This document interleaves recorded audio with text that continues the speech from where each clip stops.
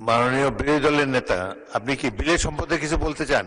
এই সংক্রান্ত একটা তুলনামূলক শীট আমরা এই ৩-৪ মিনিট আগে হাতে পেয়েছি, তো এটা পুরা পড়তে পারি নাই, যেহেতু আইনটা অবশ্যই একটা সেন্সিটিভ আইন।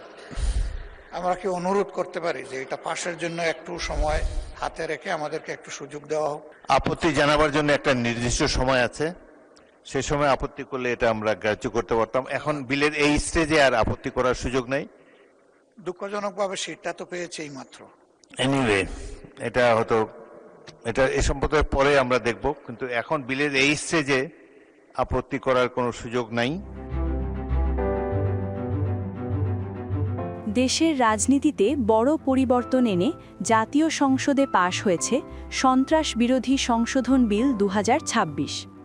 এই আইনের মাধ্যমে রাজনৈতিক দলসহ যে কোনো সংগঠনের কার্যক্রম নিষিদ্ধ করার ক্ষমতা আরও জোরালোভাবে সরকারের হাতে তুলে দেওয়া হয়েছে।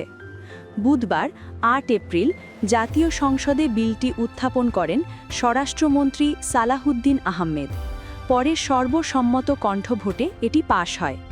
এর ফলে আগে জারি করা অধ্যাদেশ এখন পূর্ণাঙ্গ আইনে পরিণত হয়েছে। এই আইনের সবচেয়ে আলোচিত দিক হল সন্ত্রাসী কর্মকাণ্ডে জড়িত অভিযোগে কোনো ব্যক্তি বা সত্তা, এমনকি রাজনৈতিক দলকেও নিষিদ্ধ ঘোষণা করতে পারবে সরকার। এরই ধারাবাহিকতায় বাংলাদেশ আওয়ামী লীগ এর কার্যক্রম নিষিদ্ধই থাকছে বলে নিশ্চিত হয়েছে।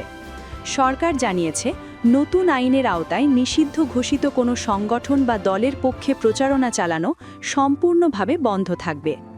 গণমাধ্যম, অনলাইন প্ল্যাটফর্ম বা সামাজিক যোগাযোগ মাধ্যম সব জায়গাতেই তাদের কার্যক্রম প্রচার নিষিদ্ধ করা হয়েছে। এমনকি কোনো নিষিদ্ধ সংগঠনকে অর্থ, আশ্রয় বা সহায়তা দিলে কঠোর শাস্তির বিধান রাখা হয়েছে।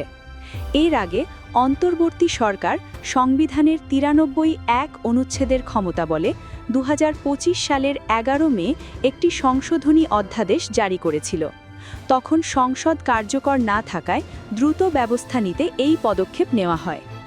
আজকের এই বিল পাশের মাধ্যমে সেই অধ্যাদেশই এখন স্থায়ী আইনে রূপ নিয়েছে। বিলের উদ্দেশ্য হিসেবে বলা হয়েছে, ২০০৯ সালের বিদ্যমান সন্ত্রাসবিরোধী আইনকে আরও সময় উপযোগী এবং কার্যকর করা প্রয়োজন ছিল। বিশেষ করে আগে কোনো সংগঠনের কার্যক্রম সরাসরি নিষিদ্ধ করার স্পষ্ট বিধান না থাকায় আইন প্রয়োগে জটিলতা তৈরি হতো।